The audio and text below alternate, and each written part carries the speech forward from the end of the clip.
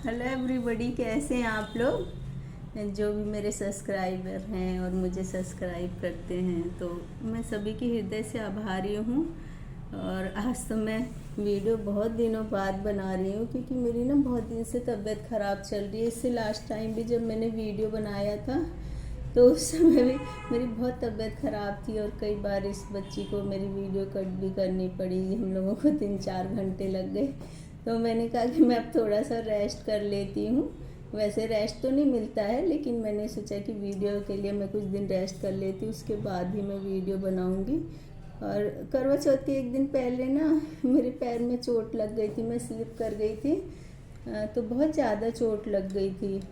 मुझे लग रहा था जैसे मेरा पैर भी फ्रैक्चर हो जाएगा। और पूरी रात मैं सोचती रही कि यदि मेरा पैर फ्रैक्चर हो गया, मैं बिस्तर पे चली गई, तो मेरे ये जो लड्डू गोपाल की फ़ौज है पूरी, इनकी सेवा कौन करेगा। क्योंकि मैंने ही इनकी सेवा का संकल्प ले रखा है। तो इनकी सेवा तो जब तक मैं ना करूँ तो ये मानने वाले भी नहीं है, मुझसे गुस्सा हो जाएंगे। तो फिर मैं रात भर सोचती रही कि मैं क्या करूँ। मेरा पैर भी ज़मीन पे टच नहीं हो पा रहा था, क्योंकि जब पैर ज़मीन में टच नहीं हो पा रहा, बहुत तेज़ दर्द हो रहा हो, तो 100% ही फ्रैक्चर होता है। लेकिन मैंने किसी को भी घर पे नहीं बताया। और फिर जब करवा चौथ था, मैं तैयार हुई, उसका भी मुझे कोई होश नहीं, बेटी ने मुझे तैयार करवाया। और मुझे तो ऐसा लग रहा था कि वो करवा चौथ मेरी ज़िंदगी का शायद आखिरी हो। और फिर मैं जब भी वीडियो बनाती थी ना, तो उससे पहले मैं पेन किलर टैबलेट ले लेती थी। तो अभी 3 महीने हो गए मुझे, अभी 1 हफ्ते पहले ही मैंने बंद किया है पेन किलर टैबलेट लेना।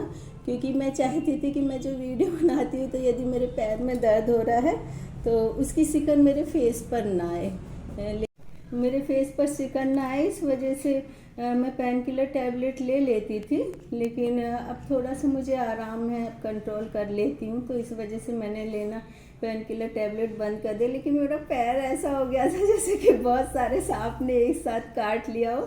क्योंकि एक दिन मेरे बेटे ने देख लिया कि मम्मी आपके तो पैर में बहुत चोट लगी है, तो गर्म पानी वगैरह उसने कर दिया। अब मैंने वो गर्म पानी में ठंडा पानी भी नहीं मिक्स किया और उसी गर्म पानी में अपना पैर डाल दिया। और मेरा जो पैर है वो एकदम जल गया, एकदम ब्लैक हो गया। लेकिन फिर बाद में सही हो गया। मैं तो जो कष्ट है बहुत ज़्यादा सहन कर लेती हूँ। डॉक्टर भी बोलती तुम कैसे इतना बर्दाश्त कर लेती हो। लेकिन बस जो भी मैं बर्दाश्त करती हूँ ना, मैं बस भगवान से ही हमेशा मांगती रहती हूँ कि मुझे कष्ट तो दे, क्योंकि कष्ट तो ज़िंदगी में होते हैं। यदि वो मिलने हैं तो वो तो रुक नहीं जाएंगे, लेकिन बस मुझे इतनी ताकत दे कि मैं उन कष्टों को सहन कर सकूँ। और ये बात मैं आजकल के बच्चों से भी कहती हूँ, क्योंकि आजकल के बच्चों को ना जितना प्यार से पालते पोसते हैं, जितना उनका ध्यान रखते हैं, तो उन्हें स्ट्रॉन्ग बनने की बजाय ना वो बहुत ज़्यादा नाजुक और कमज़ोर हो जाते हैं। और थोड़ी थोड़ी सी बात में उदास हो जाएंगे और कुछ अपनी जान देने की बात कर लेंगे, या फिर अपनी ज़िंदगी में कुछ कर रहे हो तो उसका नहीं कर पाएंगे, पीछे चले जाएंगे। और कुछ बच्चे तो ऐसे भी होते हैं कि बहुत पढ़े लिखे, बहुत अच्छी फैमिली के बच्चे होते हैं, और या फिर वो जॉब भी कर रहे होते हैं, तो उन्हें क्या लत लग जाती है, नशे की लत लग जाती है।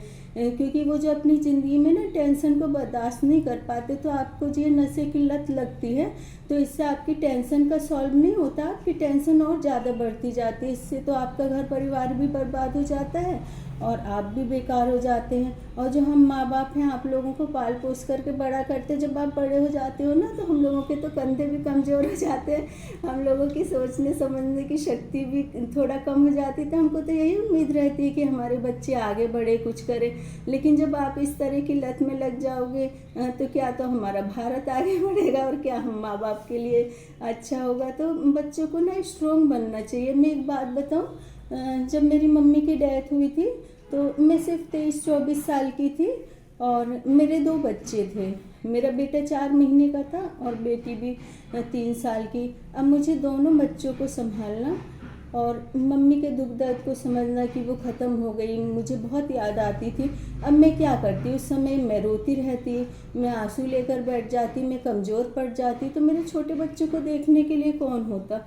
और एक बात और बताऊं कि मेरे लिए कोई कंधा भी नहीं था कि मैं जिस पे सर रख के रो सकूँ, क्योंकि जहाँ पर हम लोग रहते हैं ना, यहाँ पर यदि कोई रोने लगता है उससे कहते कि तुम्हें तुम्हारा पास्ट याद आ रहा है। ये नहीं कहते कि तुम्हें कुछ दुख है तो हम तुम्हें सपोर्ट करें किसी भी तरह के, ऐसा नहीं होता है। तो मैं अपने आप से इतनी स्ट्रॉन्ग बनती चली गई ना कि आज तो मैं इतनी ज़्यादा स्ट्रॉन्ग हूँ कि मैं अपना सारा घर भी संभाल रही हूँ और बच्चों को भी संभाल रही हूँ। जब ये कोरोना का टाइम चला था तो कोरोना के टाइम में कितनी सारी ट्रेजिडी हुई थी, और मेरे घर में तो किसी को भी कोरोना नहीं हुआ था, कोरोना से तो बच गए, लेकिन कोरोना के बाद में जो मेरे घर में ट्रेजिडी हो गई तो उसके लिए तो मैं सपने में भी नहीं सोच सकती हूँ। क्योंकि कोरोना के टाइम में जो मेरी बेटी का ना कॉन्फिडेंस डाउन होने लगा, क्योंकि उसे जॉब कर रही थी तो जॉब के समय उसे लगता था कि मैं कंपटीशन एग्ज़ाम दूँ, और उसके फादर भी यही बोलते थे कि तुम कंपटीशन एग्ज़ाम की तैयारी करो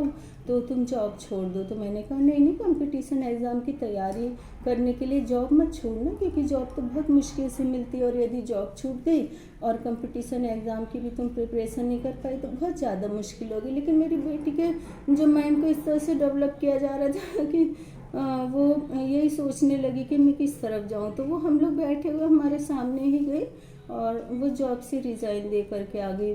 मेरी बेटी टेक महिंद्रा में जॉब करती थी और रिज़ाइन दे करके आ गई, और आने के बाद मैंने कहा कि चलो अब कंपटीशन एग्ज़ाम की तैयारी करेगी। लेकिन वो इतनी ज़्यादा कमज़ोर हो गई कि मुझे नहीं पता कि वो कंपटीशन एग्ज़ाम की तैयारी ना करके बहुत ज़्यादा टेंशन में है।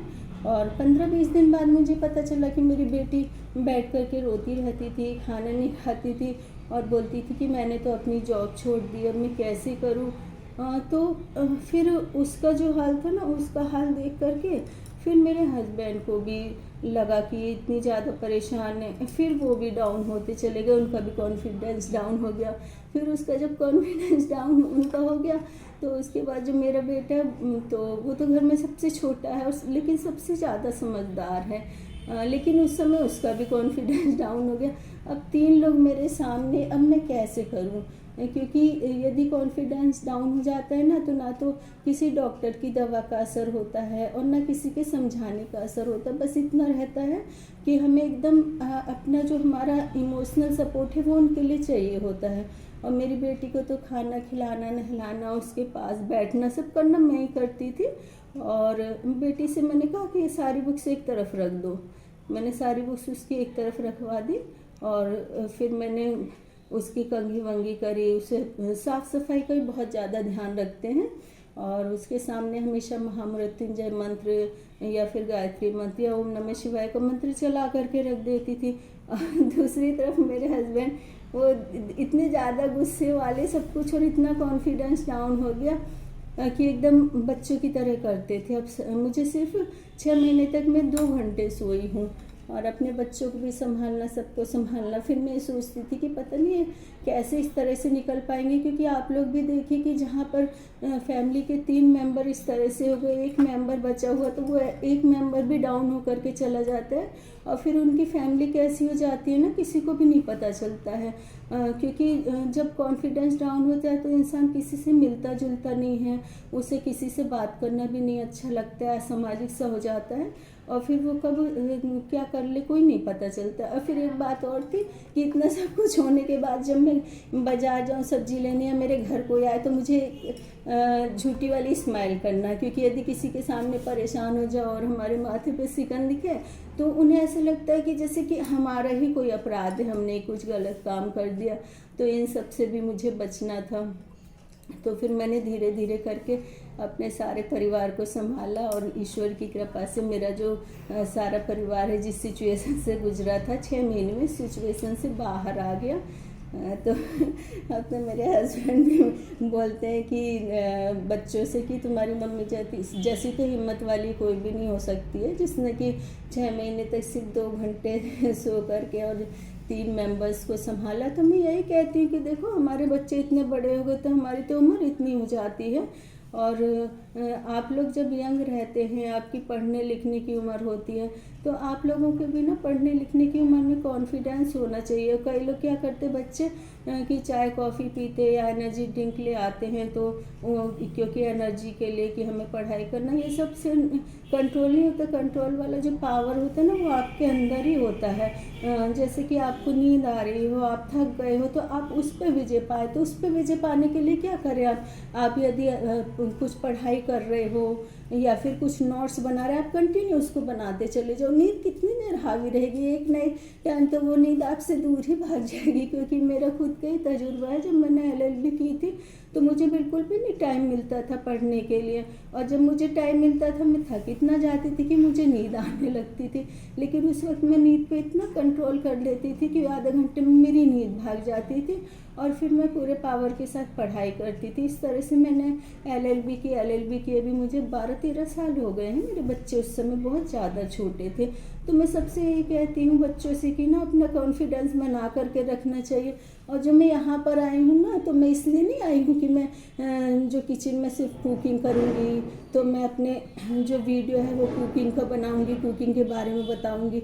हाँ, वो मेरे लिए स्पेशलिटी ज़रूर है, लेकिन ये बात नहीं है कि मैं थॉट वगैरह के लिए ही आई हूँ। मैं जो मोटिवेशनल थॉट वगैरह है और जो बच्चों में कॉन्फिडेंस के लिए आई हूँ कि आप लोगों में मेरी वजह से थोड़ा कॉन्फिडेंस आ जाए। क्योंकि ना मेरा ये पता नहीं कि मेरे यहाँ का सफ़र कब तक का है। ऐसा हो कि मैं कल से मेरा यहाँ सफ़र ख़त्म हो जाए या बहुत ज़्यादा आगे बढ़ता चला जाए, लेकिन मैं चाहूँगी ना कि मेरी वजह से बच्चों में कॉन्फिडेंस आ जाए, उनका कुछ अच्छा हो जाए।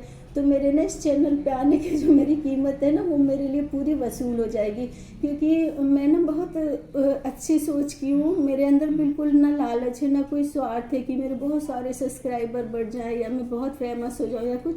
मुझे ये सब कुछ भी नहीं है। मुझे लगता है कि बस आप लोगों को थोड़ा सा मेरी वजह से सपोर्ट मिल जाए। तो यदि आप लोग ज़रा सा भी आप लोगों को कभी ऐसा लगे कि हम निराश हो रहे, हताश हो रहे ना, तो बस आप वहाँ पर ही अपने जो सोच को ख़त्म कर दो। सोच को ख़त्म करके ना आप अपने स्ट्रॉन्ग विल पावर से आगे बढ़ो। यदि आप स्ट्रॉन्ग विल पावर से आगे बढ़ते जाएंगे तो आप पढ़ाई में बहुत इंटेलिजेंट ना भी हो, आप मेहनत बहुत करेंगे ना, तो आप बहुत ज़्यादा आगे बढ़ते चले जाएंगे। तो अब मैं जब नेक्स्ट टाइम आऊँगी तो मैं कुकिंग वाला वीडियो बनाऊँगी, और कुकिंग वाला जो कुकिंग करूँगी ना, तो मैं कुछ अलग टाइप की चाय के साथ में कुछ ऐसा बनाऊँगी। तो मैं अभी क्लू दे देती हूँ मैं क्या बनाऊँगी। या तो मैं साउथ की डिश बना सकती हूँ, बस ठीक है।